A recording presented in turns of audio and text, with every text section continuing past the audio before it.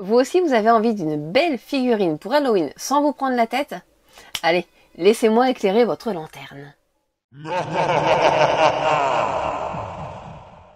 Bonjour à tous, j'espère que vous allez bien. On se retrouve aujourd'hui pour la peinture du charmant Jimmy, pour lequel vous aviez voté le mois dernier dans le cadre de notre FDA, la fameuse figurine des abonnés.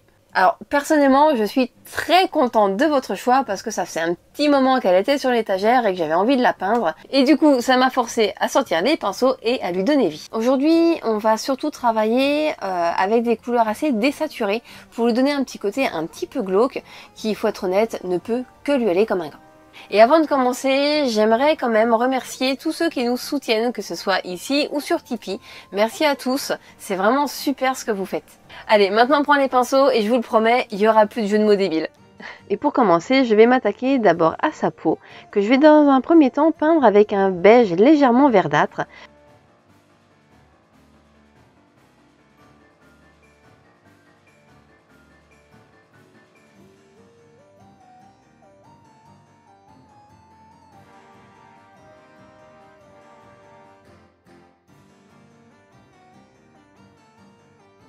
Que je viendrai ensuite recouvrir entièrement par un lavis de violet. Alors, cette association de couleurs, elle paraît vraiment surprenante, mais une fois que ça va avoir séché, on va obtenir quelque chose de vraiment glauque, un peu nécrosé, qui va vraiment bien à notre personnage. Et ensuite, je vais venir apporter les éclaircissements sur différentes parties de la peau, on va dire, de notre figurine, en accentuant bien les parties les plus saillantes avec mes teintes les plus claires.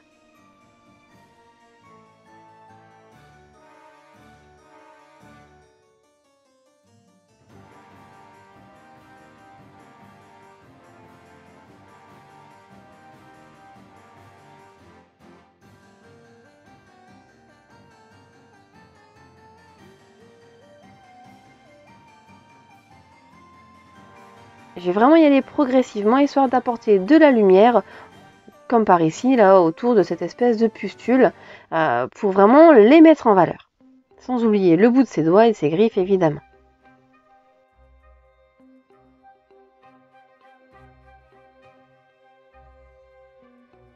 Une fois que la peau sera terminée, je vais venir m'attaquer à toutes les parties en bois de la figurine. Alors il y en a dans le dos, il y en a qui dépassent de tous ses membres. J'ai choisi une teinte relativement foncée pour contraster au final avec la peau de la figurine qui somme toute est assez claire.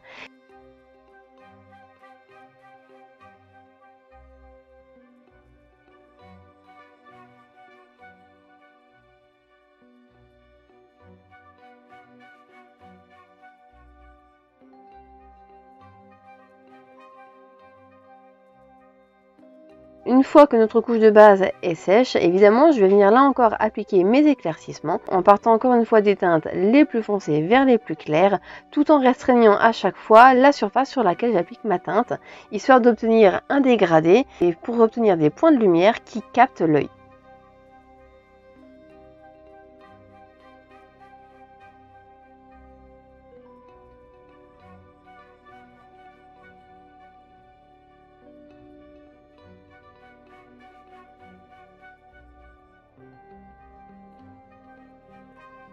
Donc ma dernière teinte, je vais vraiment l'appliquer par petits points, par petits ajouts, vraiment pour donner quelque chose de très lumineux et très contrasté. Comme on est sur une teinte très claire pour les derniers éclaircissements du bois, ça va lui donner aussi un aspect pourrissant, vieillissant qui est très sympathique.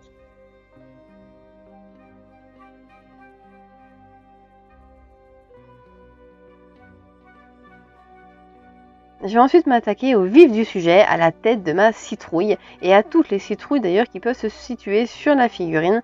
Je les ai pas toutes comptées, mais il y en a un petit paquet quand même.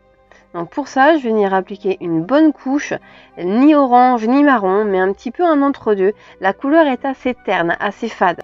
C'est pas tout à fait la couleur idéale, mais comme je vous disais au tout début, je voulais vraiment travailler des couleurs désaturées. Donc c'est pour ça que je pars sur cette teinte au final un petit peu fadasse. Et pour mes éclaircissements, ce coup-ci, plutôt que de les appliquer de façon bien lisse, bien linéaire, je vais venir appliquer plein de petits points en fait sur l'ensemble de la surface à éclaircir, toujours en restreignant de plus en plus la surface que je vais traiter, mais vraiment pour apporter d'importantes nuances sur ma figurine. Et évidemment, je vais répéter le même travail sur toutes les citrouilles présentes, celle qu'il a dans le dos et celle du socle.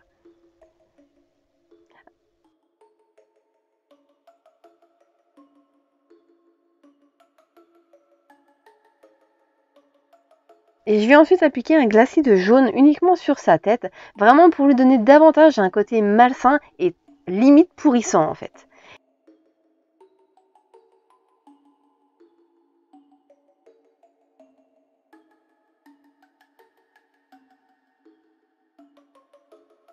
Et selon la même méthode, je vais venir, avec une couleur vraiment très claire, apporter les derniers éclaircissements. Alors je suis partie sur un beige clair et non pas sur un blanc, pour qu'il y ait toujours une petite pointe de jaune dans ma couleur et pas vraiment faire quelque chose de trop désaturé non plus.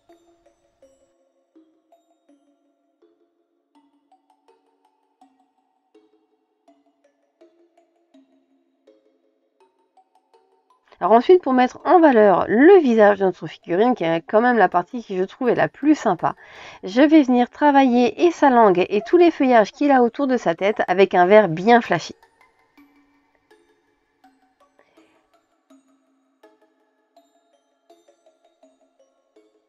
Et avant de continuer le travail de sa langue, je vais m'occuper de ses dents, donc avec une première couche que je viendrai éclaircir tout simplement avec du blanc.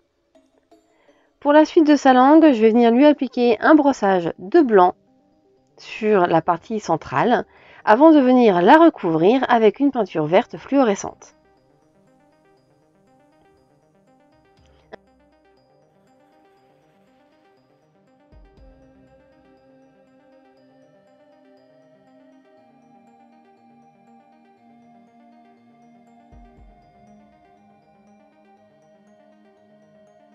Un petit brossage à sec de vert autour de ses yeux et des divers orifices qu'il a au niveau du visage. Et le tour sera joué. On va pouvoir maintenant s'occuper de son pagne. Alors je voulais lui faire un pagne un petit peu cracra, un peu dégoûtant. Au départ, j'étais partie sur limite le tablier de boucher avec les éclaboussures de sang. Mais je me suis dit que ce serait peut-être un peu too much. Puis finalement, je me suis rabattue sur quelque chose d'un peu plus façon grosse toile. C'est pour ça que je vais peindre plutôt simplement. Donc avec mes premiers éclaircissements pour bien mettre en valeur chaque pli.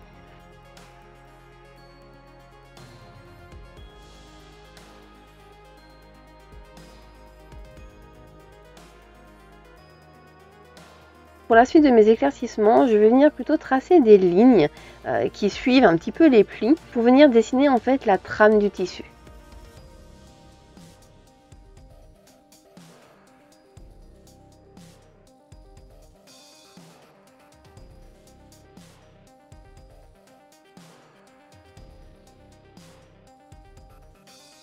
Et là, pour le coup, je vais aller jusqu'au blanc pour montrer l'usure de son pagne.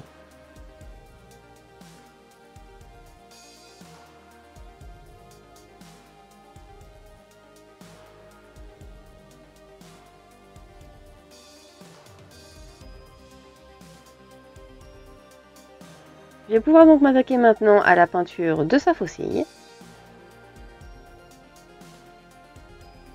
Donc avec une peinture métallique argentée le plus argentée possible, c'est-à-dire sans reflet bleu, sans reflet vert ou autre. Elle est la plus neutre possible parce qu'on va venir lui ajouter par la suite plein de petits détails sympathiques.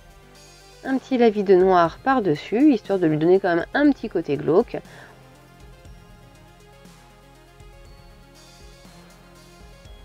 On n'oublie pas tous les petits rivets qui est au niveau de la roue qui est au sol. Et ensuite, je vais venir tapoter de l'argenté plus clair sur ma faucille pour donner un côté martelé.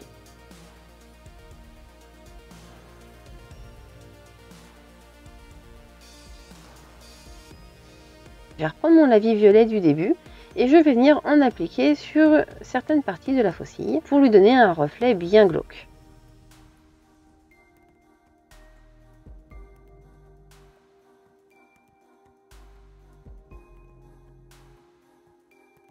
Histoire de rapporter un petit peu de lumière, je vais revenir retravailler avec mon argenté clair, que je viens tapoter délicatement sur la surface et que j'étale au doigt, histoire de lui donner un côté assez diffus.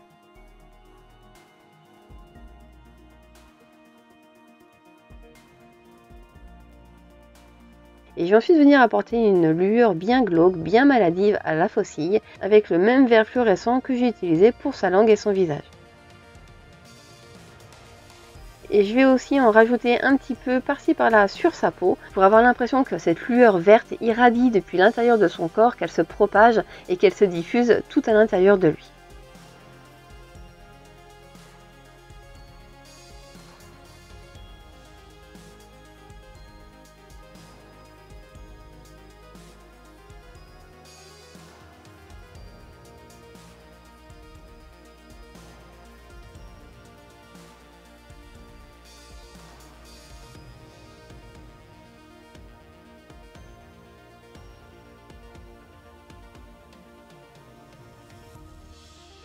On va finir par quelques petits détails, dont son petit corbeau en noir, avant d'appliquer différents brossages de bleu et de gris bleu sur la surface pour le faire ressortir.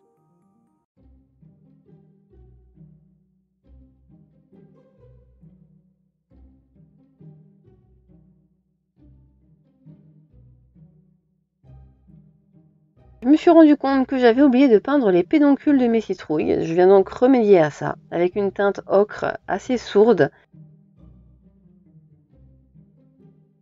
Et je viens ensuite l'éclaircir avec des beiges orangés de plus en plus clairs.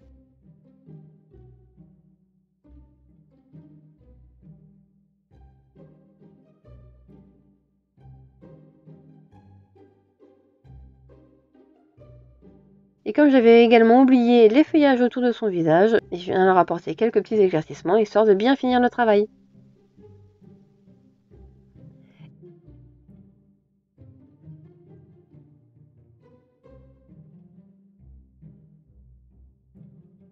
Et voilà, notre citrouille complètement terminée.